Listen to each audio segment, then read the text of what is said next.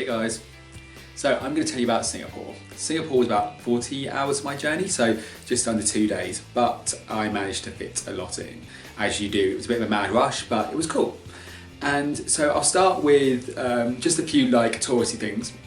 Go to Ruffles and get a Singapore Sling because that's where it was invented, and you can find out all the history about it, how basically it was made so that it would become acceptable for women to drink socially.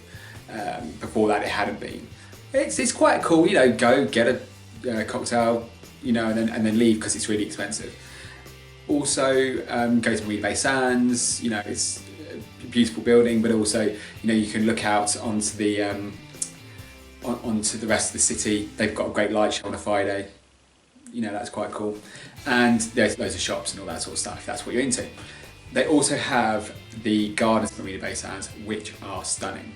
The sky bridge that you can walk around there is very cool. It's kind of like one central sort of mountain, and then you walk around and within it on a sky bridge. Very cool. But that is not why it was mental in Singapore. Singapore was mental because I kind of had a bit of a love affair. After splitting up in the second week of my travelling after a 4.5 year relationship, I was not really expecting to sort of find romance at all, but I did, and it was intense.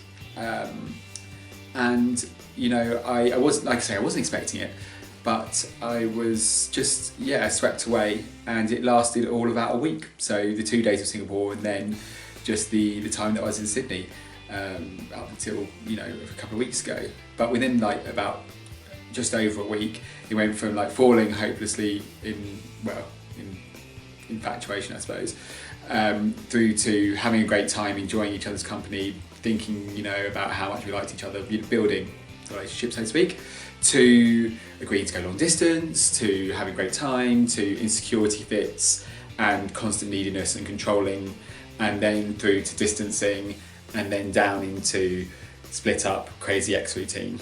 I've written it all in the blog. Have a look there.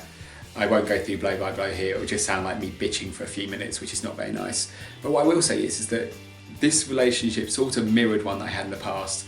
My first relationship was very chaotic and harmful, and by having had that relationship, I was then able to see this one off in the past and end it before it got too far. I got too invested and I got too controlled.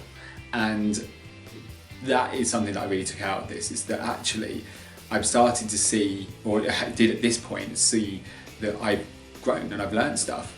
And it was just a real sort of hey, you're not the person you were. You've actually done really well to use your experience, learn from it and grow from it. So that was very cool. Like I say, read the blog and make up your own minds, send me questions or comments or whatever. But it was very cool. And now I'm in Sydney, and Sydney is amazing, and I'm hanging with friends and settling in. And I'll tell you all about that in the next video. Okay, bye.